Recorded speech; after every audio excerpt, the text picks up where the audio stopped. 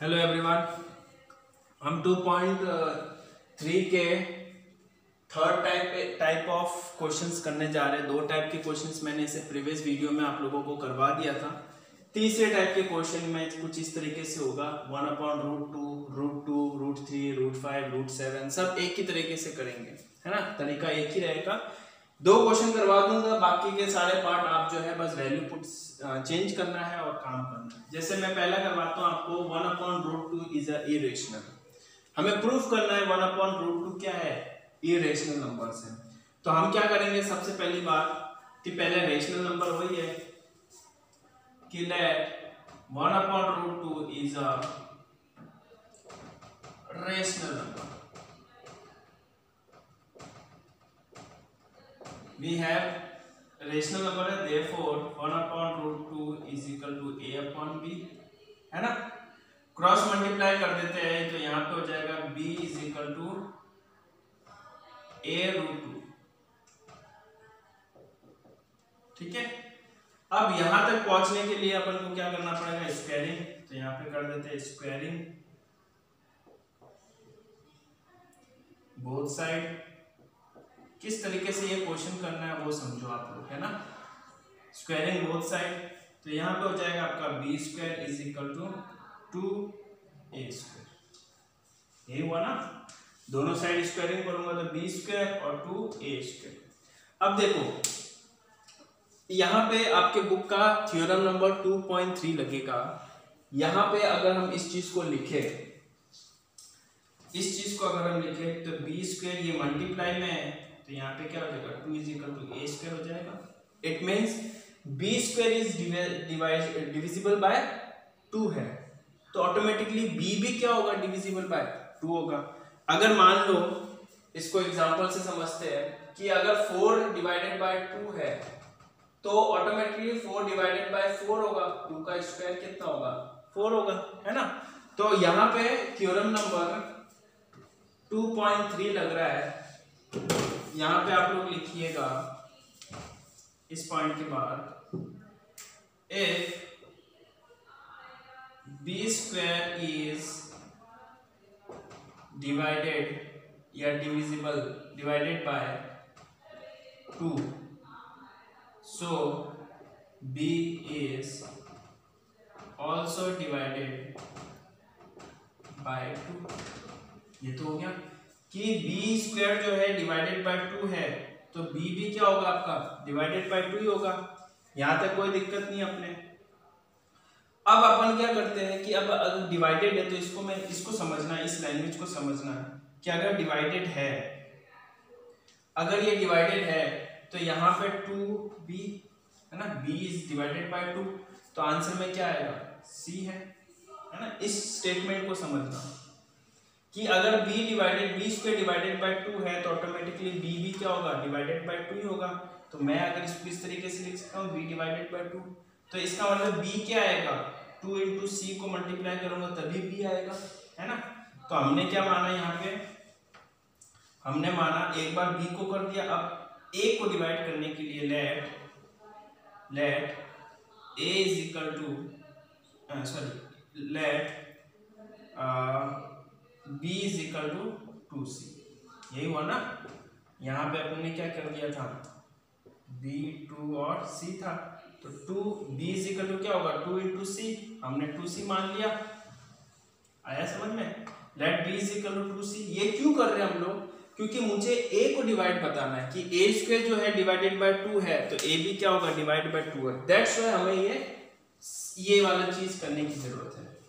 Same to same है, squaring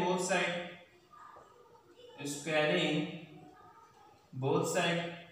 तो जब मैंने स्क्वायरिंग किया तो यहाँ पे हो गया b² is equal to 2c², तो b² is equal to 4c², है ना।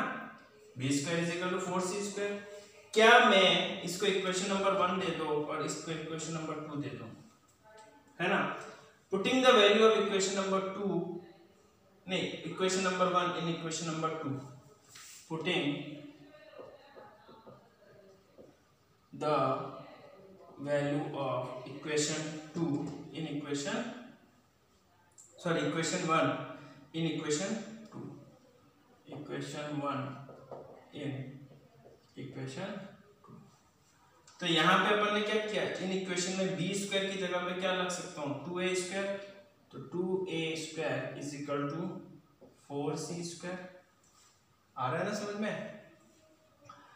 यहां से हमने क्या कर दिया, 2 से 2 कैंसिल, तो यहाँ पे हो गया a square is equal to 2c square. और इसको मैं क्या लिख सकता हूँ, a square upon 2 is equal to c square. क्यों किया अपन ने, समझ में आया क्यों? क्योंकि एक बार मैंने b को डिवाइड कर दिया और एक बार मैंने को a को डिवाइड करने के लिए मुझे ये चीज मानना पड़ा। ठीक है, तो यहाँ पे क्या कर सकता हूँ मैं, यहाँ पे लिख सकता हूँ इफ यहाँ पे लिख सकता हूँ a square is divided by 2 then a is also divided by 2, है ना। तो बाय थ्योरम 2.3 का 2.3 थ्योरम ही यही बोलता है कि अगर a स्क्वायर डिवाइडेड बाय 2 है तो a भी क्या होगा, डिवाइडेड बाय जो भी है होगा वो 2 होगा। अब देखो यहाँ पे a भी डिवाइडेड बाय 2 हो रहा है और b भी डिवाइडेड बाय 2 हो रहा है, दोनों का कॉमन फैक्टर क्या आ रहा है, 2 आ रहा है। अगर मेरे पास यहाँ पे 3,5 होता है या 5,7 होता तो इसके कोई भी कॉमन फैक्टर नहीं होता, इसका कॉमन फैक्टर क्या होता, सिर्फ और सिर्फ 1 होता। और 1 क्या होता है कॉमन फैक्टर, पोपलाइन नंबर्स होते हैं, है ना।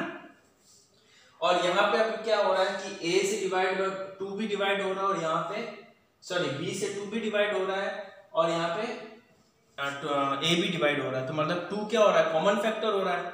इट मींस ये आपका क्या हो गया, रेशनल नंबर नहीं है ना, रेशनल कॉमन फैक्टर हो रहा है। तो ऑटोमेटिकली यहां करने के बाद में अपन ने क्या लिखना है, ये स्टेटमेंट लिखना है, that is hence 2 is a common factor of a and b, but this contradicting the fact that a and b have no common factor other than 1। हमारा 1 से अदर देन कोई भी कॉमन फैक्टर नहीं होना चाहिए, तभी वो क्या होगा, रेशनल नंबर्स कहलाएगा। So our hypothesis is wrong, so we can say 1 upon root 2 is a irrational numbers। समझ में आया बेसिकली किस तरीके से हमने इसको सॉल्व किया। पहले हमने क्या किया, b को डिवाइड कर दिया, फिर हमने लेट माना, फिर हमने a को डिवाइड कर दिया। 3 स्टेप में क्वेश्चन, पहले b को डिवाइड, a माना लेट करके, फिर a को डिवाइड। तब हमने देख लिया कि दोनों में कॉमन फैक्टर 2 आ रहा है। इट मींस हमारा जो अनुमान था वो गलत हो गया, आना कितना चाहिए था, 1 आना चाहिए था, सिर्फ दोनों का कॉमन फैक्टर। ऑटोमेटिकली मैंने क्या किया, इरेशनल प्रूफ हमने कर दिया। अब इसी तरीके से ये √2 ये वाला तो हो गया, √2 भी सेम है। मैं आपको √3 वाला करके बता देता हूं ताकि आप लोग थोड़ा सा कर लो, है ना। तो यहां पे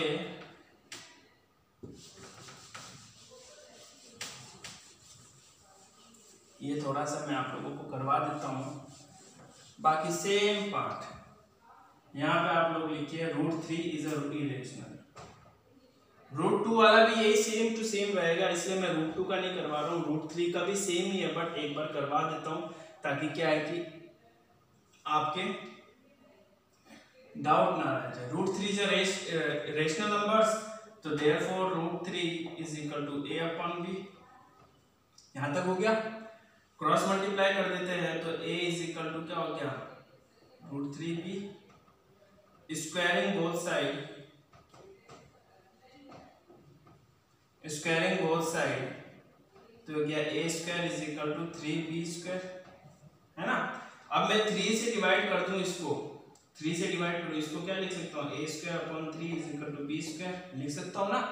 तो ऑटोमेटिकली अगर a स्क्वायर डिविजिबल बाय 3 है तो a भी क्या होगा, divisible by 3। therefore if a square is divided by 3 then a is also divided by 3। आया समझ में। therefore यहां तक करने के बाद हो गया। अब हमें क्या करना है, लेट करना है, यही चीज था ना अपन ने, b इज इक्वल टू 3, जब b सॉरी यहाँ पे अपन ने क्या बोला था, c है ना, a यही था ना, a जो है डिवाइडेड बाय 3 है तो ऑटोमेटिकली इसका आंसर क्या होगा, a इज इक्वल टू क्या मान लिया मैंने, 3c मान लिया है ना। a डिवाइडेड बाय 3 होगा तो a स्क्वायर भी डिवाइडेड बाय 3, तो मैंने क्या मान लिया, a is equal to 3c, a is equal to let a is equal to 3c। वहां पे 2c ले रहे थे तो हर जगह 2c नहीं लिखना है, रूट 5 आएगा तो 5c हो जाएगा, रूट 7 आएगा तो 7c हो जाएगा, you have to remember this, ठीक है ना। Squaring both side, squaring both side, therefore a square is equal to 3 3 जा 9 c square। इसको इक्वेशन 1 दे दो, putting the value of a square in equation number 2, ठीक है। यहाँ पे करते हैं putting the value of a square in equation, तीसरे वाले इक्वेशन में पुट कर दे। तो यहाँ पे a स्क्वायर की वैल्यू क्या है, 3b स्क्वायर, यहाँ पे पुट रख देते हैं तो हो जाएगा 3b square is equal to 9c square, कोई दिक्कत नहीं। यहाँ से आपने क्या किया, 3 से 3 कैंसिल तो b square is equal to 3c square. अब इस चीज को क्या लिख सकता हूँ, b square divided by 3 is equal to c square लिख सकता हूँ ना। इट मींस b स्क्वायर क्या है, डिवाइडेड बाय 3 है, तो b भी क्या होगा, divided by 3। Therefore, if b square is divided by 3, then b is also divided by 3। तो हमने क्या देखा कि a स्क्वायर a का फैक्टर क्या है, 3 है, और b का भी फैक्टर क्या है, 3 है। तो hence यहाँ पे आप लोग को लिखना है hence 3 is the common factor of a and b, but this contradicted the fact that a and b have no common factor than 1। 1 से ज्यादा नहीं होना चाहिए। So we can say that root 3 is a irrational numbers। तो basically हमने क्या देखा, हमने 3 तरीके के क्वेश्चंस करने तरीके देखे, तीनों के तरीके अलग अलग थे, है ना। तीनों के तरीके आपको अच्छी तरह से करना है, 3 टाइप के थे, तीनों के तरीके मैंने आप लोगों को करवा दिए। ये क्वेश्चंस जो है बोर्ड में 110% पूछा जाता है, मतलब छपा हुआ है मान के चलो। तो ये एक्सरसाइज तो आपको छोड़ना ही नहीं है किसी भी हाल में, ठीक है। रिमेनिंग 2.4 और कुछ अदर ज्योमेट्री पार्ट हम स्टार्ट करेंगे जो 26 नंबर का है नेक्स्ट वीडियो में, ठीक है। Thank you.